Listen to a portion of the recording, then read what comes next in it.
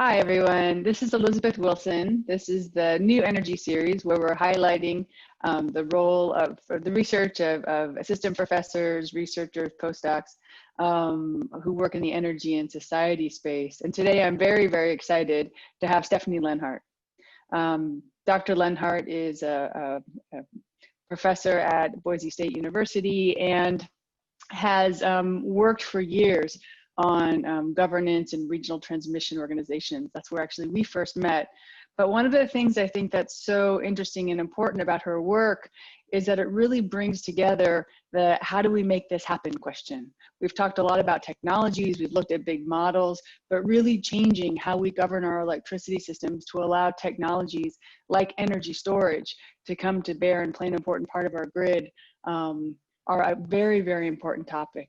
And so with that, this is a series, of course, sponsored by not just Dartmouth, but many organizations. And so one of the pieces that our partners try and do is highlight the work and the research of young professors and researchers and postdocs. So if you know of anyone who would be good for the series, we're getting the roster set up for winter and spring 2021. And with that, Stephanie, I'll turn it over to you. Thanks very much. I'm going to turn off my sound and then I'll come back. If you have a question, please go into the chat box, or I'm sorry, the Q&A, and put your question in the Q&A, and then I'll be facilitating at the end after Stephanie's presentation. Thanks very much. Okay, good morning. I'm Stephanie Lenhart, and I'm going to talk today about regional electricity market governance and a little bit about market rules for energy storage. So, regional transmission organizations and organized electricity markets really emerged from electricity sector restructuring. Before the 1990s, the electricity sector was really dominated by monopoly utilities that were vertically integrated, with the utility owning generation, transmission, and distribution. In the 1990s, Congress directed the Federal Energy Regulatory Commission to introduce competition into the electricity sector. And FERC did two things. They required open access to transmission lines, and then they encouraged voluntary formation of regional transmission organizations to manage the transmission and to operate wholesale competitive markets for electricity. So the governance of these organizations received pretty wide open guidance from FERC. Throughout the process, as these organizations have evolved, FERC has really had a commitment to voluntary self-organization. Utilities and market participants choose if they want to participate in the market and if they want to be members of these organizations. FERC's also been committed to allowing a lot of regional differences and the ability for these institutions to evolve. They've outlined some basic principles for governance in their orders, which are that there should be independence from market participants and in the board. There should be inclusiveness for stakeholders, fairness, representation, and ongoing responsiveness. And so this is what a map of the regional transmission organizations in the United States and in Canada looks like. The organizations are designed to allow open access to the transmission system. They operate wholesale markets. They're responsible for infrastructure planning and ensuring reliability. So today, the 7 RTOs in the US manage about 70% of wholesale electricity trades. But you can see that there is not full coverage across the United States, and there are large portions in the West and the Southeast of the US that do not have these organizations. So this regional variation in governance and outcomes has emerged from this history. So there's, within the regional transmission organizations, there's a real diversity in stakeholder participation and the decision-making structures that exist. And there are differences in electricity regulation and energy system federalism, meaning those relationships between the regional transmission organization, state regulators, or self-regulating utilities. And we also see now, after these organizations have been in place for 20 years or so, variations in outcomes, variations in electricity prices, carbon intensity, and the integration of new technologies and services. So what I've been working on most recently is a project with a number of researchers, including Elizabeth Wilson, to explore the links between decision-making processes and power market outcomes. So broadly, the project's looking at how, just simply really trying to get our arms around how governance differs across these RTOs and ISOs, understanding if there are correlations between the governance differences that we see and the market outcomes that we see. And then taking this work and really trying to contemplate what this might mean for regions of the United States that don't yet have regional transmission organizations, or what we've learned that could be transferable or portable across the different RTOs. So within that broad project, I'm going to talk a little bit today about work I've been doing on this comparative piece, looking at the study of governance structures and practices. And this work is really intended to serve as this foundation for additional work in our project. And part of what is interesting to me coming at this from a social science and public policy perspective is this is really kind of a rare opportunity to study a really highly institutionalized stakeholder engagement process. And I'll talk about that a little more, but what is going on in these RTOs is pretty markedly different than what you see in a typical comment response stakeholder process that may be run by a public agency.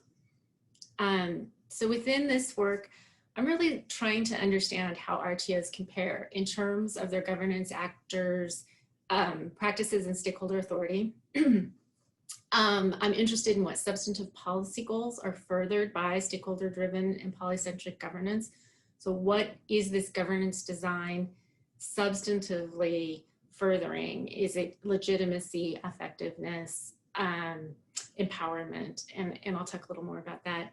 And then what are the patterns and processes observed in governance that may indicate that an RTO has deviated from this public interest accountability that is one of their primary responsibilities? So for this work, I'm focusing on 3 RTOs and comparing them across their governance. But I'm going to start here with a little bit of the overview. So the first RTO I'm looking at is California ISO, which operates within, oh, these are off. I'm going to skip over this. California ISO is, which operates in California and serves 80% of the California market. I'm looking at ISO New England, which serves 6 states in the New England region, and the Southwest Power Pool, which serves that Midwest region of the United States. And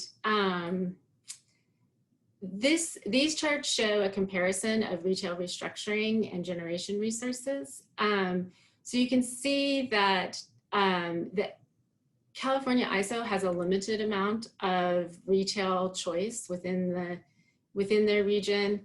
ISO New England, the states are all restructured, and the opportunity and take up of that retail marketing sales is at about 50%. And in the SPP region, there is no retail choice, and the utilities are largely vertically integrated. Across these 3 RTOs, you also see differences in their generation mix.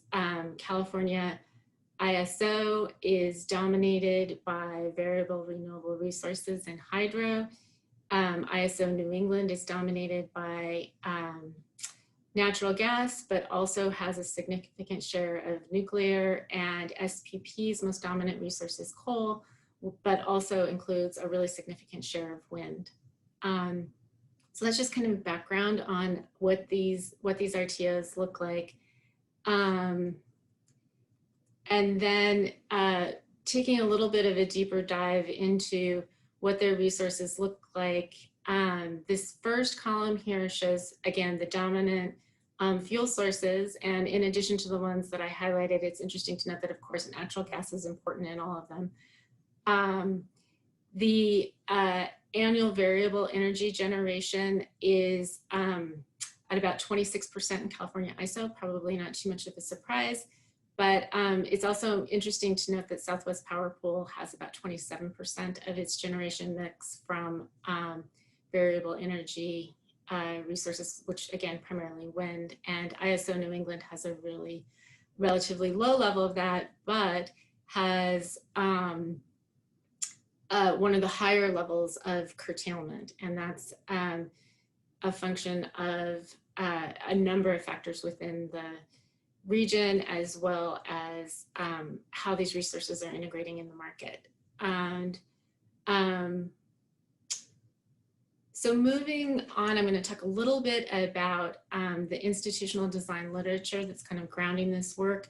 That literature really highlights that these governance structures matter. They have significant influence over outcomes.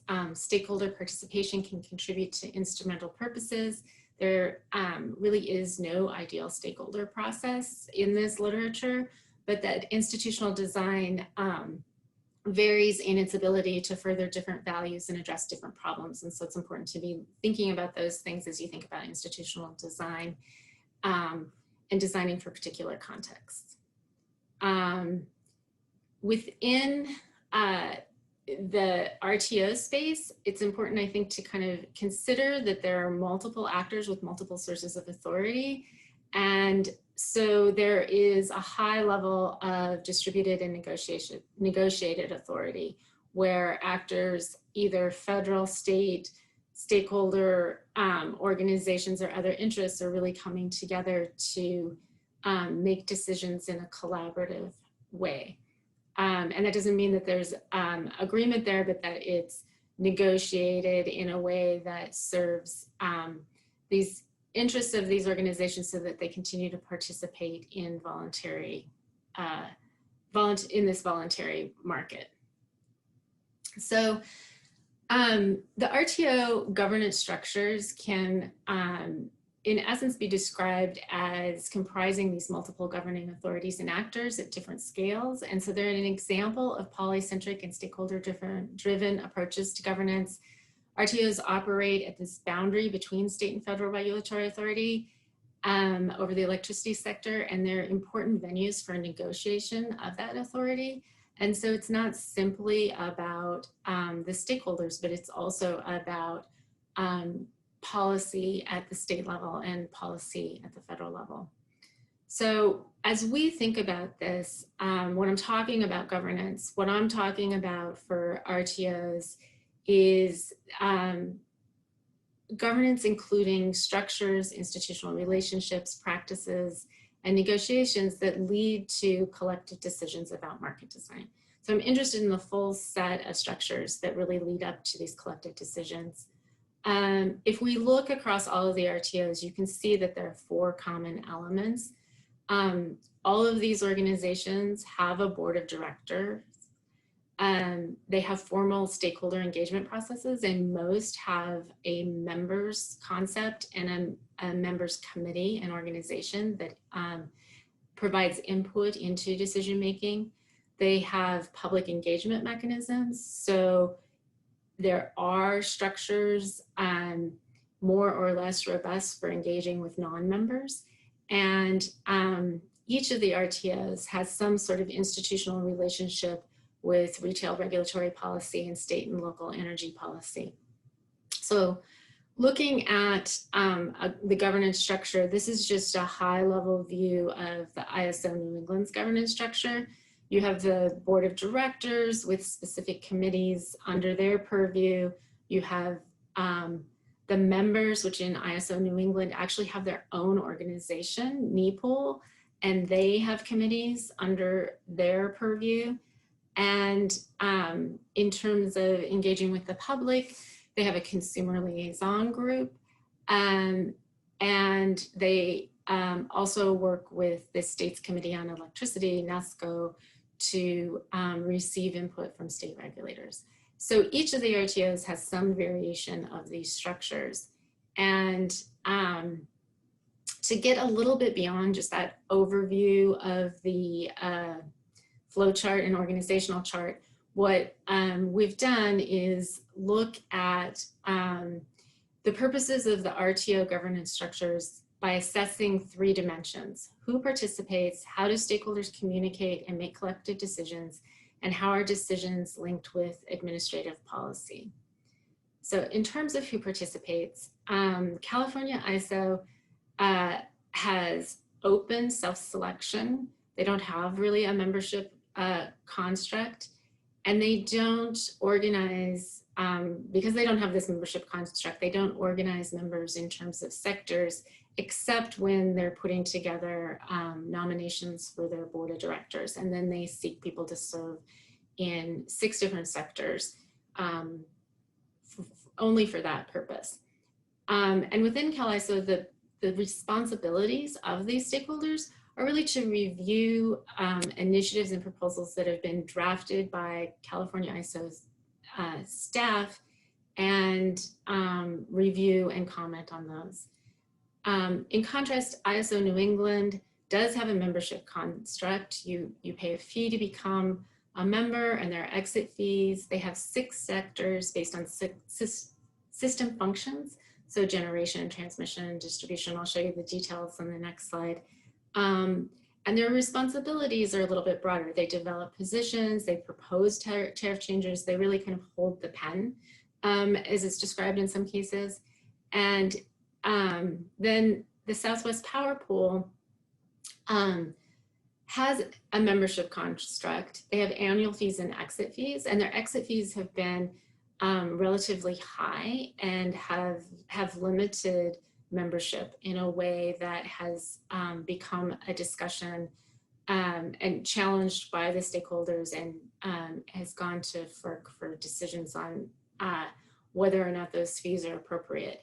So the Southwest Power Pool has 11 different sectors, and they're based on different types of organizations rather than the functions. And so within SPP's sector structure, because it's an organizational model, there really isn't a space for that kind of broad, overreaching public interest membership or sector based. And similar to ISO New England, the Southwest Power Pool stakeholders draft proposals, develop positions, and one of the things that's unique to the Southwest Power Pool is they provide input through straw votes. And so they meet every time the board meets, and they sit with the board, and the members committee does, and they have this participation that is integrated with the board process. So in terms of looking at sector membership, this gives you a sense of the different types of membership categories.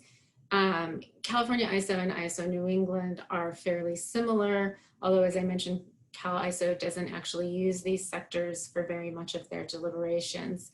And you can see the difference between ISO New England and the Southwest Power Pool.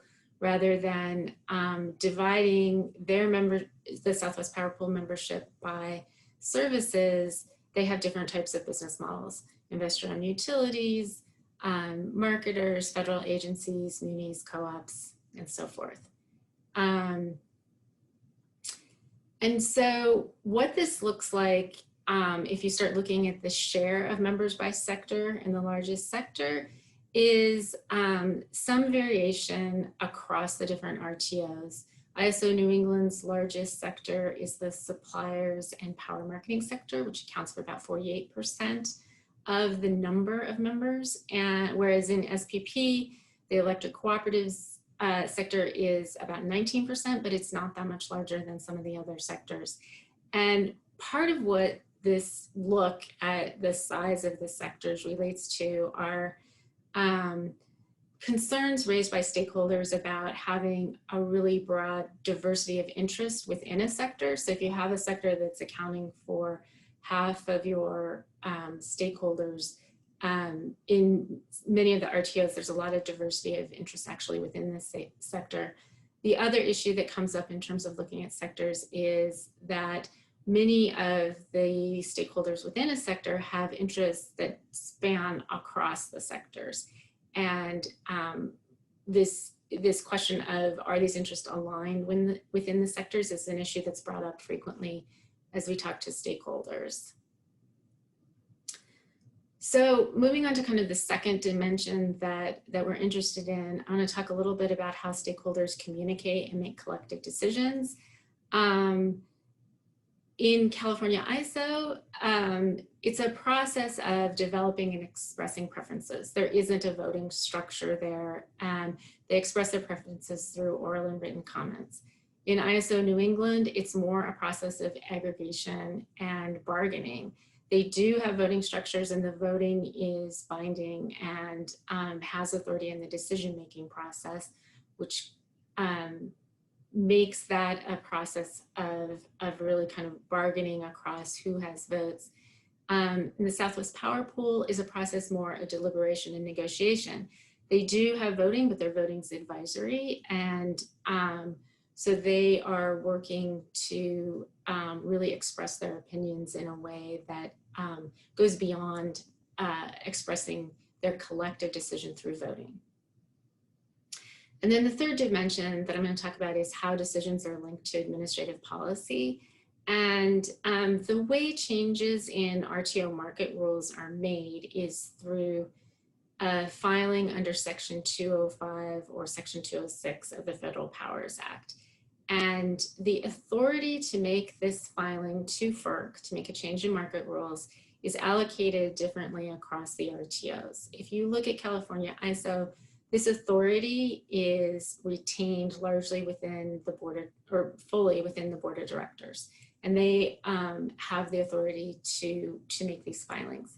In ISO New England, they have what can be characterized as competing authority. The board has authority to make decisions, but the members and NEPOL also have an authority on occasions to be able to make competing proposals, and then FERC is the decision maker in those cases. In contrast, the Southwest Power Pool has allocated authority primarily with their board of directors, but they've delegated authority over certain topics, specifically transmission related issues and some resource adequacy issues to their committee of regulators. So their state regulatory committee has authority and can make filings for market rule changes on specific topics that have been delegated to them.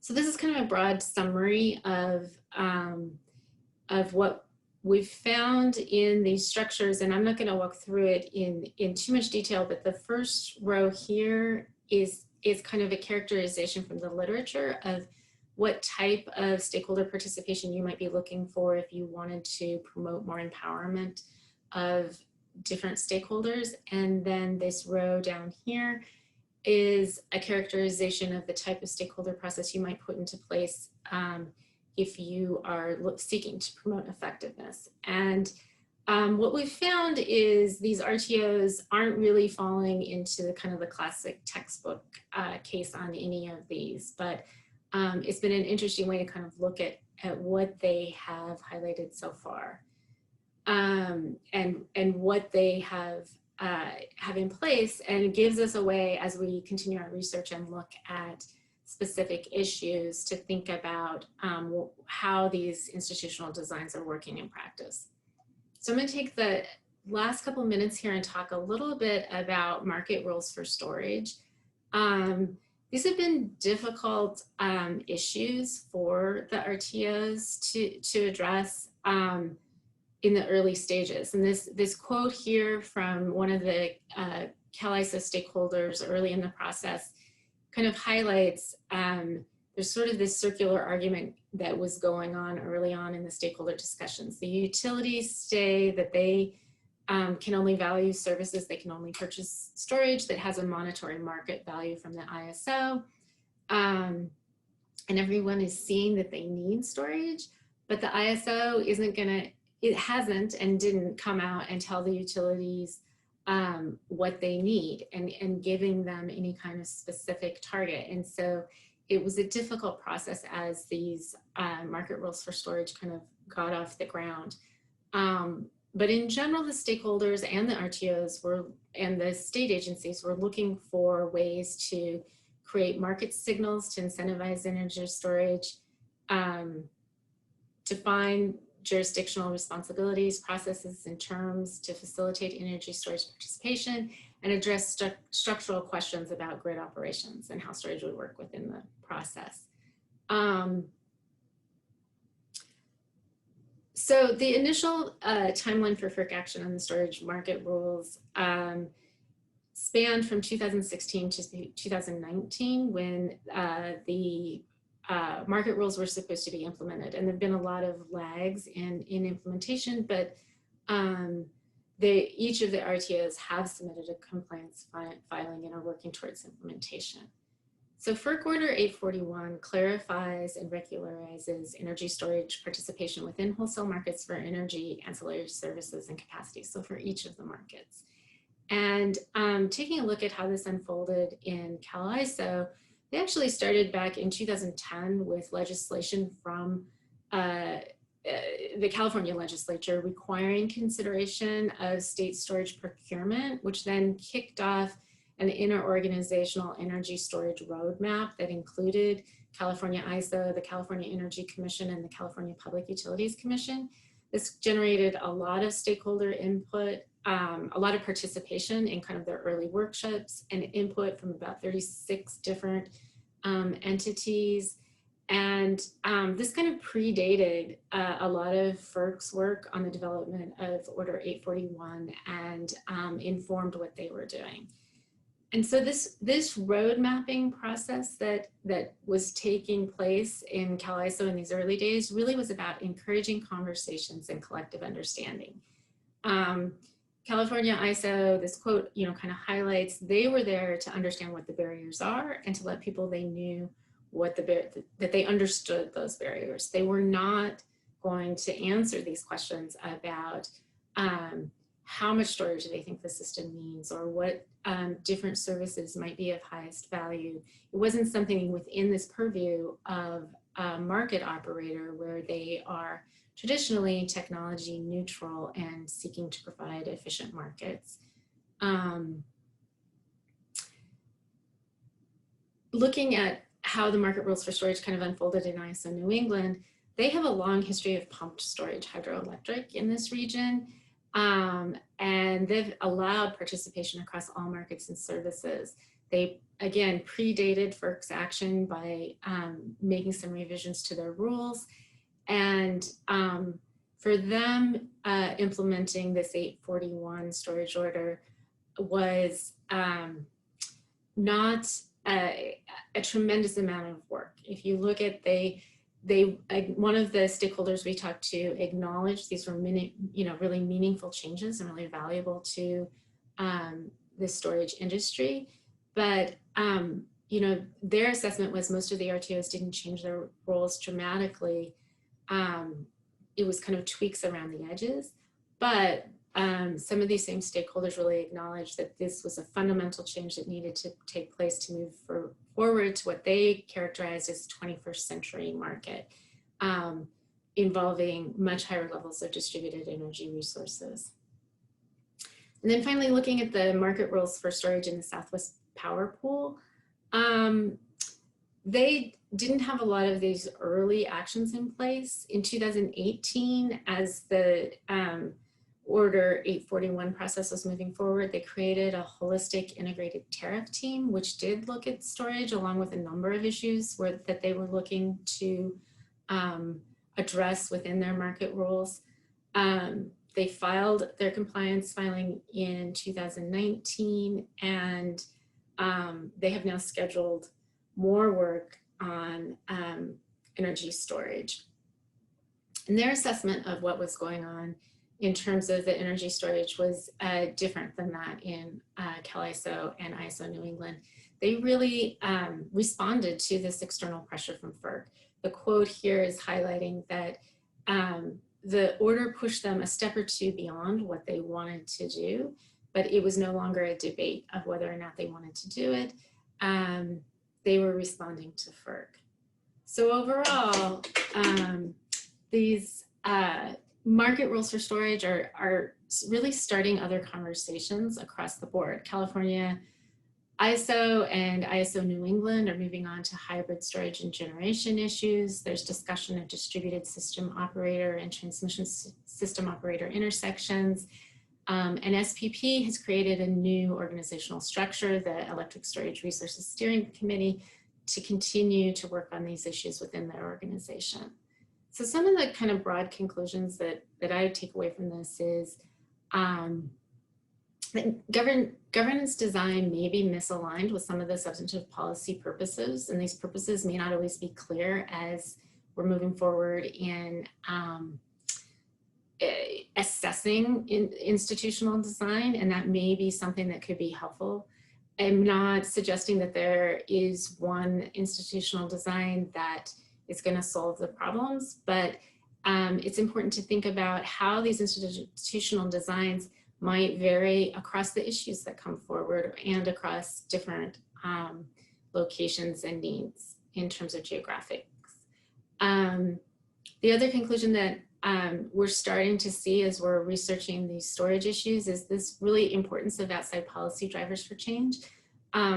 In all of these cases, it was state policy action that moved things forward, even in the case of Southwest Power Pool, where FERC ultimately decided to make a decision to open access, and it was that outside force that pushed SPP to make these changes. And again, what seems to be emerging across each of these is this need for organizational flexibility and adaptation, a willingness to create new committees or do something like a road mapping exercise, respond to the fact that the technologies are changing really quickly and the policy needs are changing really quickly. So this is just part of ongoing research that we're doing. We're continuing to work on this comparative study, looking also at changing stakeholder practices and organizational resilience and how these organizations respond to kind of unexpected events.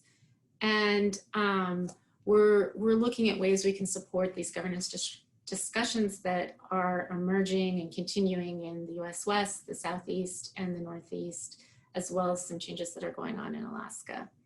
So with that, I'll pause for questions. I just want to highlight here the full breadth of our RTO Gov project. Thank you.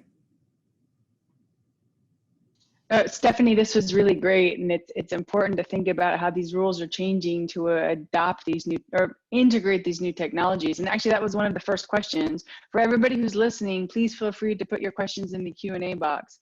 From Ron Miller, he was asking, how do you make an energy storage roadmap with energy storage technologies changing so rapidly? And maybe you could talk to the different experiences across the different RTOs. Mm-hmm. Yeah, I think that's a great question. And the actual roadmap that California developed was advisory, not authoritative, and it actually lacked specific deadlines and requirements. It was a way for them to start getting some vision and goals down. And it's definitely been an evolving process. So to say kind of across the board, because the technologies are evolving so rapidly, and really because storage is really more than one thing. There's so many different technologies, so many different needs across different timescales and different services that can be provided, that the planning and the road mapping exercises need to continue to evolve. So this was actually one of the questions that I had as you were speaking. How does this change depending on who owns the storage? I mean, if you had a transmission dependent utility owning the storage versus a generator owning the storage versus, you know, a utility customer or a large industrial customer owning the storage, how does it, or an independent party, how do these equations and these values and kind of what they need shift depending on who owns the storage, and then how, and kind of what some of the barriers or perceived barriers may be, and then how does that differ across the RTOs, given their very different structures of kind of who's in charge? Yeah, yeah. So one of the things, like that really next step, like this Order 841 allowing storage participation, didn't answer many of the questions around this hybrid storage plus solar, and these questions about who owns it, and you know, do you see a net change? And so that's where these RTOs that are maybe a little further along and have more storage on their system are putting a lot of attention. And that, so there's much more work to be done to really allow those types of systems to gain their full value within the market.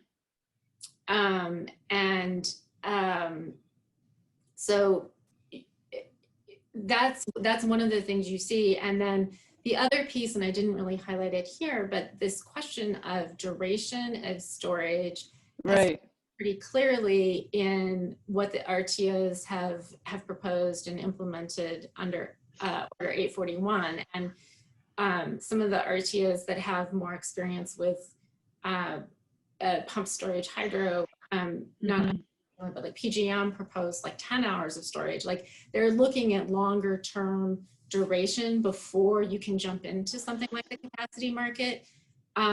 Others like ERCOT are really looking at how storage can participate in fast frequency response, you know, like under. And so I think that really kind of gets at what, you know, like storage from a market perspective is a whole bunch of different products. It's not one technology. Right. Yeah. One of the things that our audience really cares about, and this question came in with the registration, and it actually builds exactly on what you were just talking about, was within existing RTO market structures, those that are energy only versus energy capacity versus the different types of governance structures that you talked about, which are best positioned to internalize a cost of carbon?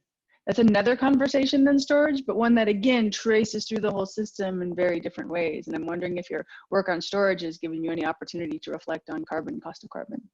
I mean, one of the conversations we had in our research was around some of the stakeholders in ISO New England thinking about how this idea of moving towards a 21st century market structure.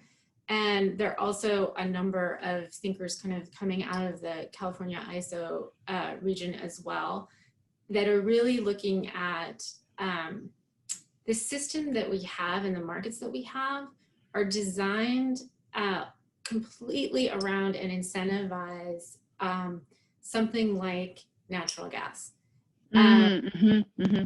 Controllable and dispatchable, and as we move towards these different resources, it's not just adding market products, but that you really need to do a fundamental shift to valuing emissions-free energy. The price of the prices will drive, if you do marginal cost pricing on natural gas, the prices will drive to zero, and that, you know, ultimately there needs to be a shift in what's being valued, and that's really a fundamental shift that the storage order didn't, you know, maybe laid some groundwork, but there's, you know, none of the RTOs have gone to that step. Why do you think that is? You know, I think that it's a paradigm shift to really think about it. What you see, and I think what you see FERC doing is focusing on adding market products. And they had started the storage order with, we're going to add storage and we're going to figure out something for distributed energy resources so they can participate. And rather than kind of looking at, and I think you do see changes to it, but it's like, it's valuing different types of services. It's valuing flexibility. It's valuing, you know, the other thing that I think is going to push this really big change is this shift from synchronized to inverter-based resources for stability, and that all of the, that we never paid for stability there was never a market product, but this question of, are we going to have enough stability, becomes more of an issue, where you may need to actually pay for inverter-based stability. And, ERCOT, some of these RTOs that have high penetration of these resources that are not just variable, but also inverter-based, are starting to look at that. I mean, that's really interesting. And as we're thinking about the different RTOs, one of the pieces I've really appreciated is every RTO is experimenting in different ways. I mean, what your presentation did so nicely was it showed the very different contexts from where they're starting that experiment. But one of the other questions that came in was market entry to barriers of new technologies like hydrogen storage systems. But you can think about this elsewhere. And so if you're thinking about every RTO and their, can we call it their superpower? I mean, something that's making, where they're really innovating creatively. Maybe you could just kind of run through the RTOs and think about a new technology like hydrogen, but maybe there's other examples too, that some RTOs are experimenting with more than others and are able, given their structure, to experiment with and about more than others. And I think those insights are really ones that, from the outside, it's hard to get, but with your research, you're really like picking apart some of these differences that make these differences in innovation or acceptance quite dramatic. Yeah, and it's, again, I don't think that they're across the board better at one thing or not at another. I mean, I think that, like if you look at the Southwest Power Pool, it can be characterized as being kind of exclusive, and there have been concerns that public interest entities haven't been able to afford to participate, and they just had one kind of aggregate organization come together to try to represent public interest there. On the flip side, the board is characterized, and the board processes are characterized as being really open, really a lot of access and a lot of ability to see what's going on there, whereas other RTOs, including ISO New England, have really closed board processes, and where you have decision-making authority sitting with the board, the stakeholders have less opportunity to understand that, and you don't have that transparency serving its public accountability role. I mean, that basic question of public accountability when it comes to these conversations, I mean, at the Public Utility Commission level, you have public accountability. At the FERC level, you have public accountability. But these organizations in the middle, the variations that you highlight are in some ways a little bit troubling, right? To think about the real differences, the importance of these organizations in their ability to allow or stop new technologies and new innovations, but also the differences there too. How do you think about that in different parts of the country? I think the public accountability is really kind of one of these fundamental underlying questions. And if you think about RTOs as stakeholder-driven organizations, and FERC is committed to that, and it's also, I mean, people will often say FERC had no choice but to commit to that, because there was a lot of resistance from existing pools that really were not willing to move towards this market when they already had a lot of relationships and ways to share resources, as well as from states that were concerned about what this would mean for their own authority. And so there's been this openness to a stakeholder-driven process. But so that said, having a stakeholder-driven process, and if you look at the literature on participatory democracy, that doesn't take away the need for responsible, accountable stakeholder action.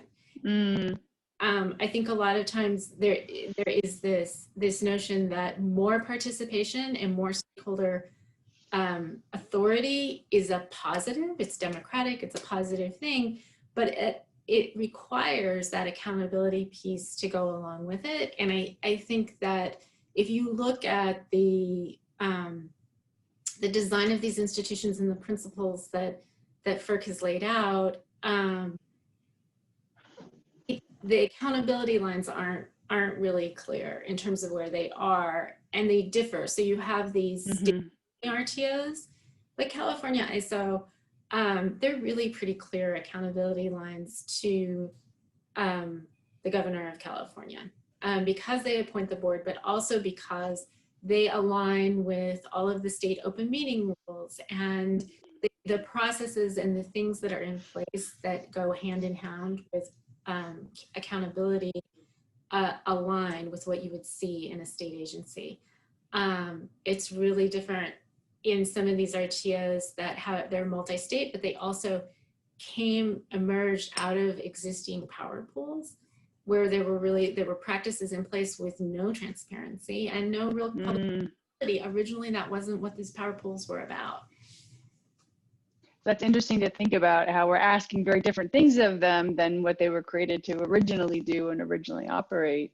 And actually the next question from Ann Margolis builds on that. She's asking which, if any, RTO is making the most progress in discussions about moving toward a 21st century market structure. I'm not sure what that means, but I'll let you pick that apart. Insights as to why and any useful international examples. Yeah, those are great questions. I think the move towards it depends on, and that was a quote from the 21st century market structure, was a quote from one of the stakeholders that we spoke with. But what that stakeholder was encompassing was this idea of distributed energy resources that are also, inverter based, bidirectional. This need for not just changing the market constructs, but also really starting to think seriously about how do you operate at the distribution system level and maintain appropriate dispatchability, and those questions about, do you want it all to drive all the way from, does the RTO need to see everything behind the meter? Do they need to see everything connected at the distribution level? Do you have aggregators and operators in between that are streamlining some of those functions? And I think that that's really key to the 21st century. And as you know, Lorenzo Christoph from California has been a big proponent of raising that discussion. And drawing more attention to the need for discussion about those. It becomes pretty quickly entangled in the questions of the boundaries between state and federal authority, and all of this and continues to operate under the Federal Power Act of 1995. And so there are real limitations in terms of how much you can require and adjust to all of these new things, when really your authority is to regulate just and reasonable rates. And and that's even the case law at the state level. So I think that's part of the interesting question, is like, to really get to where we need to go, is it going to take revisions to the Federal Power Act, and does anyone have any interest in going down that road? Well, I mean, this is really interesting, though. I mean, I remember a conversation a few years ago when I first came to Dartmouth with Tim Healy, who was one of the founders of Enernoc, one of the first demand management companies out of PJM. And he was very frustrated by all of the regulations. He said, what we really need are not new technologies, but new regulatory reform. Regulatory innovation was absolutely critical. And I've appreciated from your conversation here about how, strapping new purposes onto old organizations often doesn't change the governance or some of the structural issues. And we're asking these older dogs to learn newer tricks that they may or may not be able to do given how they work today. I want to ask one more question and then let you wrap up a little bit, maybe 2 or 3 minutes with your final thoughts and kind of where you want to go.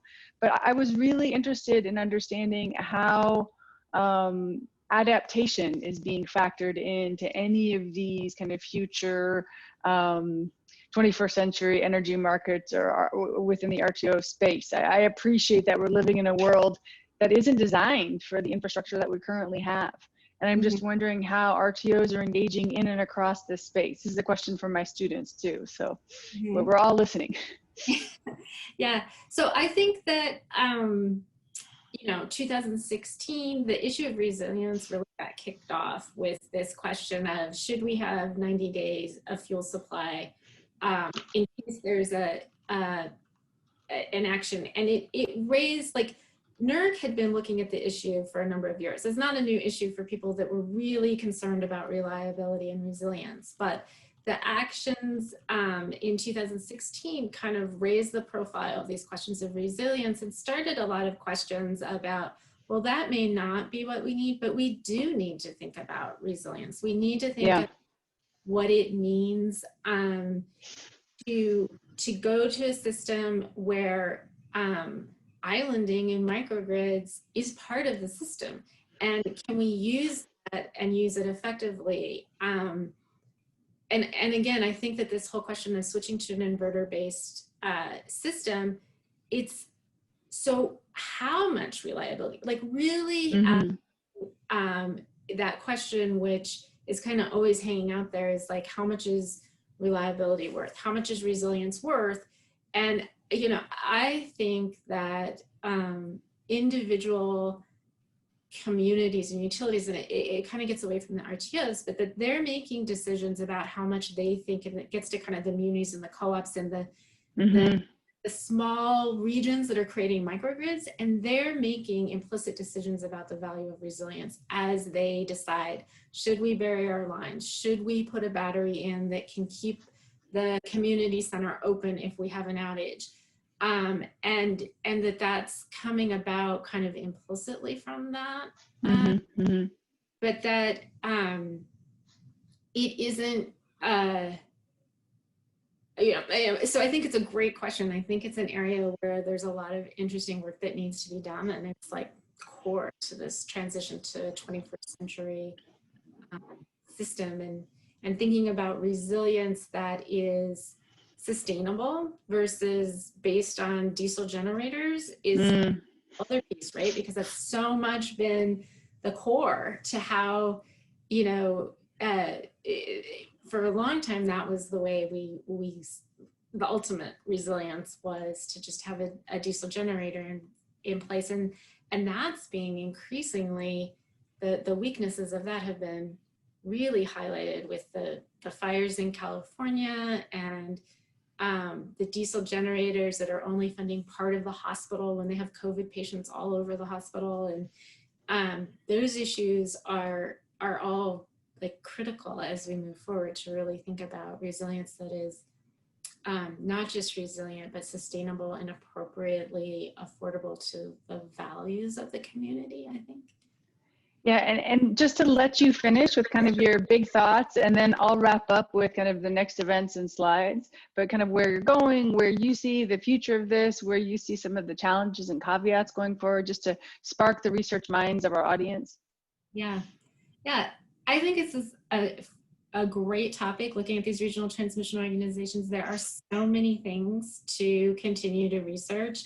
And, we're just getting some of this basic foundational comparative piece put into place. And I think the next exciting step is going to be thinking about how to put some of these lessons learned from this 20 years of experience into practice, and really start making some more specific recommendations about how RTOs might reform their governance, or how new regions might create new structures. And I don't think necessarily that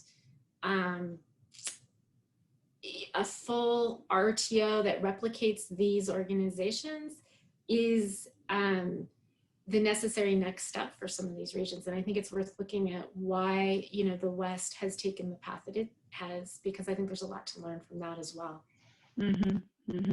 No, thank you so much for this talk. And, this is a project, you have the core researchers there. And I learned so much from all of you. So I really appreciate, the the effort and the care you put into your research. And we're having a few more events. Thank you, Stephanie, for coming, for being part of this. And Stephanie Garcia, if you wouldn't mind showing the next events page. Do I need to? I think she can share that. There she goes. There she goes. So we have a bunch of events coming forward. Yesterday was the day Dartmouth students started arriving on campus. At Boise State, you've had students, you said, for about 3 weeks, and you've been going pretty well. No rises in COVID cases yet. Fingers crossed for all of us. But we'll be launching our energy, Dartmouth Energy Collaborative series, and we'll have Annie Ropek from the Environmental Reporter at New Hampshire Public Radio. We have an Energy 101 series, not for credit, but just if you're interested in the series and thinking about energy systems around the globe, you can sign up for that. The next new energy conversation is Erin Mayfield, who works with Jesse Jenkins, who spoke last time at Princeton, thinking about social equity in these different transitions. And so if you're thinking about social equity within this conversation of governance, I think is also something that we can touch on and explore further too as we go forward. And I'm really excited to welcome Wendy Brun-de Bruin from University of Southern California on psychology and behavioral science about energy and climate communication. I know we've been all watching all of the different news media about these issues go up, and having Wendy come and speak to us will be absolutely wonderful. So those are the events that we have planned with our partners for the new energy conversations. Again, send me names of people that want to come and speak. And Stephanie, thank you so much. It's always great to see you and really great to hear what you're doing and everything else. So thank you, everybody. We appreciate your participation today. Thank you. Really appreciate it. Bye-bye. Talk to you later.